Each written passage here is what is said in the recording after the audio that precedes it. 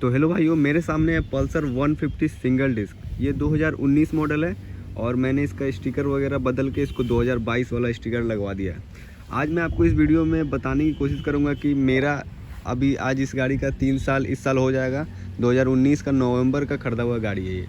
तो मैं आपको बताने की कोशिश करूँगा कि आखिरकार ये 3 साल में मेरा एक्सपीरियंस कैसा रहा। 2022 में आपको पल्सर ख़रीदना चाहिए या नहीं ख़रीदना चाहिए, डबल डिस्क सिंगल डिस्क कौन सा मॉडल आपको ख़रीदना चाहिए, ये सब के बारे में आपको इस वीडियो में बताऊंगा। तो मैं आपको सबसे पहले ये बता देता हूँ कि मेरा जो भी मैं इस वीडियो में आपको बताऊंगा वो मेरा एक्सपीरियंस रहेगा कि मेरा इस गाड़ी के साथ एक्सपीरियंस कैसा रहा है।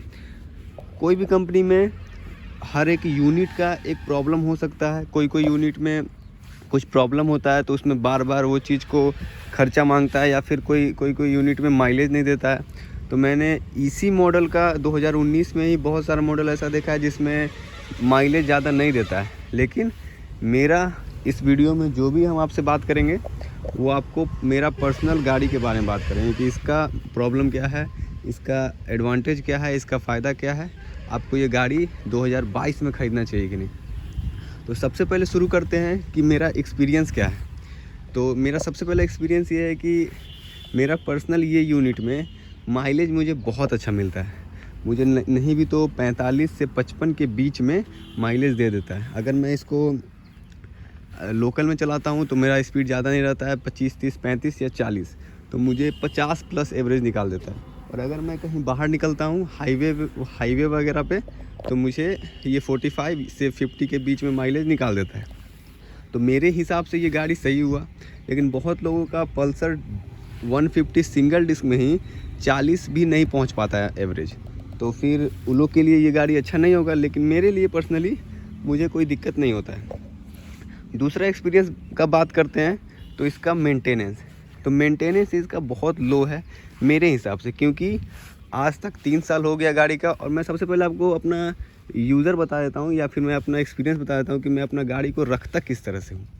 सबसे पहला बात कि मेरा यूज़ ज़्यादा नहीं है गाड़ी का, तो मैं कभी निकला तो 100-150 किलोमीटर लेके निकल जाता हूँ सीधे, और नहीं तो 2 दिन 3 दिन गाड़ी पड़ा रहता है। जैसे कि मैंने आपको बताया कि ये गाड़ी का 3 साल होने वाला है। 1-2 महीना में, अगले महीना में 3 साल हो जाएगा। तो 3 साल के हिसाब से 20,000 किलोमीटर मात्र ये गाड़ी चला हुआ है। तो 20,000 किलोमीटर के हिसाब से गाड़ी अगर अच्छा है बुरा है मुझे उतना पता नहीं, लेकिन ये गाड़ी मुझे ज़्यादा मेंटेनेंस नहीं मांगता है। आज तक सर्विस भी अगर कभी होता है तो अगर कुछ ब्रेक शूल वगैरह ख़राब नहीं है या फिर कोई छोटा मोटा पार्ट नहीं चेंज हुआ तो आपको 500-600 में सर्विस आपको 5 महीना 6 महीना पे मैं करा लेता हूँ। और मोबिल इसका 300-400 का मोबिल आ जाता है। और तीसरा बात करते हैं इसका लुक्स का।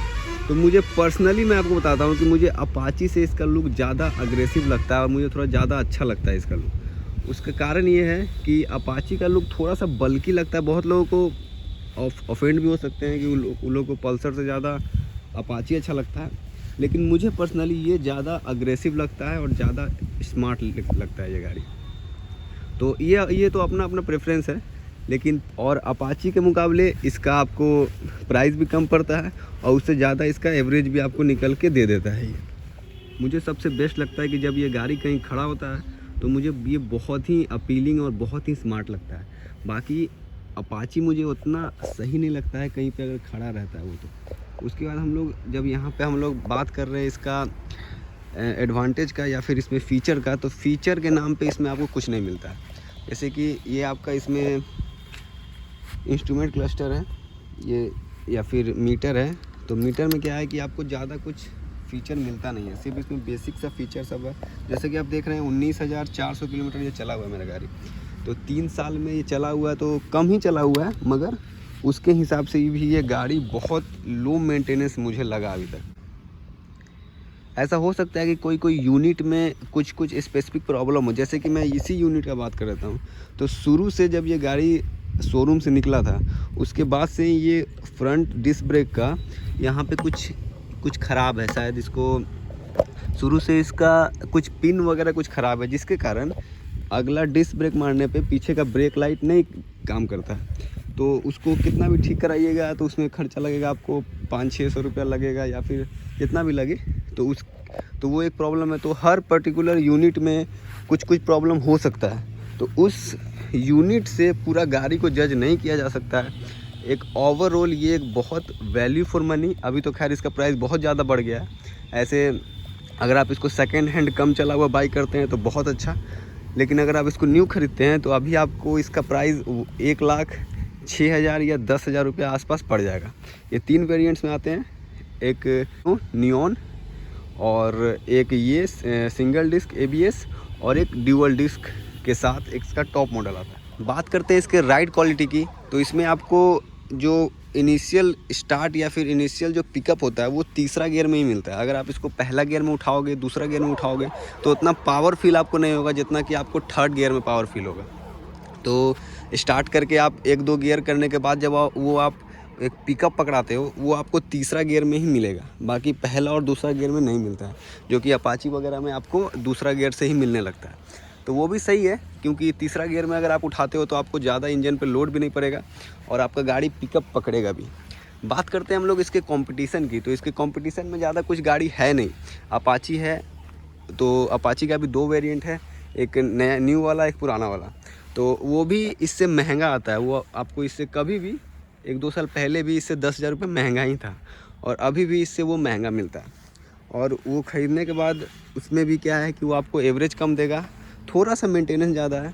इसको बहुत लोग कहते हैं पल्सर को कि इसका बहुत जल्दी चैन ख़राब हो जाता है या फिर ये ज़्यादा मतलब लॉन्ग लिव नहीं है, ज़्यादा ड्यूरेबल नहीं है। लेकिन मैं आप सबको बताना चाहता हूँ कि जो भी गाड़ी है, कैसा भी गाड़ी हो, वो आपका यूज़ पे डिपेंड करता है। अगर आप उसको रफ़ यूज करोगे, हमेशा उसको मतलब बहुत स्पीड चलाओगे या फिर कुछ भी, तो वो जाहिर सी बात है इंजन पे लोड पड़ेगा और वो जल्दी भी इंजन बैठेगा या फिर आवाज़ में कुछ साल में आवाज़ में चेंज आ जाता है। तो मेरा आपसे यही सजेशन है कि कभी भी हमेशा कोशिश कीजिए कि गाड़ी को एक नॉर्मल स्पीड पे चलाएं, और कभी ज़रूरी हो या फिर कभी शौक हो तब आप कभी वैसा पिकअप पकड़ाएं या फिर उतना स्पीड चलाएं। ऐसे ज़्यादातर कोशिश करें आपकी अपने गाड़ी को एक नॉर्मल 50-60 के एवरेज में ही चलाएं या फिर स्पीड में ही चलाएं। तो फाइनली लास्ट में बात करते हैं हम लोग कि हम लोग को 2022 में ये गाड़ी खरीदना चाहिए कि नहीं। तो बात करते हैं 2022 के मॉडल वाला। तो 2022 में जो मॉडल आता है उसमें आपको इग्निशन में भी यहाँ पे भी कुछ आपको मीटर में कुछ 1-2 फीचर ऐड किया गया, जैसे कि डिस्टेंस टू एम्प्टी, आपका गाड़ी में अगर फ्यूल है तो वो कितना किलोमीटर चलेगा, और 1-2 फीचर। लेकिन जो इसमें फ्यूल इंजेक्टेड वाला है उसमें 1-2 कस्टमर का, जैसे कि मैं आपको पहले ही बताया कि वो यूनिट का प्रॉब्लम हो सकता है। तो बहुत आदमी से कंप्लेन सुनते हैं कि वो ज़्यादा डिमांडिंग है, अगर उसका फ्यूल ख़त्म हो जाए तो फिर वो इंजन में 1-2 चेंज करवाना पड़ सकता है। तो उसके हिसाब से बाकी 2022 का अगर बात करते हैं तो उसमें 1-2 फीचर भी ऐड किया गया है और आपको न्यू स्टिकर भी मिल जाता है। इसमें आपको बहुत सारे कलर वेरिएंट मिल जाते हैं, ब्लैक, ब्लू, वाइट, आपको 3-4 कलर के ऑप्शन मिल जाते हैं। तो ओवरऑल बात ये है कि अगर आपको लुक्स, एवरेज, पिकअप और स्टाइल, ये 4 चीज़ अगर आपको चाहिए तो पल्सर आपके लिए बेस्ट ऑप्शन है। अगर आप अपाची खरीदते हैं तो आपको परफॉर्मेंस, लुक्स मिल जाएगी लेकिन आपको एवरेज नहीं मिल पाएगी। तो आपको 40 का, उसमें मैक्सिमम 40 का एवरेज आपको देगा। और इसमें आपको है कि अगर आप एक 50-60 एक एवरेज मतलब एवरेज गाड़ी को चलाते हैं तो आपको 50 का एवरेज कभी नहीं टूटेगा, आपको 50+ ही देगा हमेशा, अगर आप गाड़ी को अपना मेंटेन में रखते हो तो। क्योंकि मैं ये जितना बात बताया आपको, ये सारा मेरा एक्सपीरियंस के हिसाब से है। तो मेरे एक्सपीरियंस में ये गाड़ी बेस्ट है इन द सेगमेंट। बस ये कहीं मार खा जाता है कि इसमें कुछ ज़्यादा एक्स्ट्रा फीचर नहीं मिलता। अभी नया 2022 में टेक्नोलॉजी बहुत नया आ चुका है।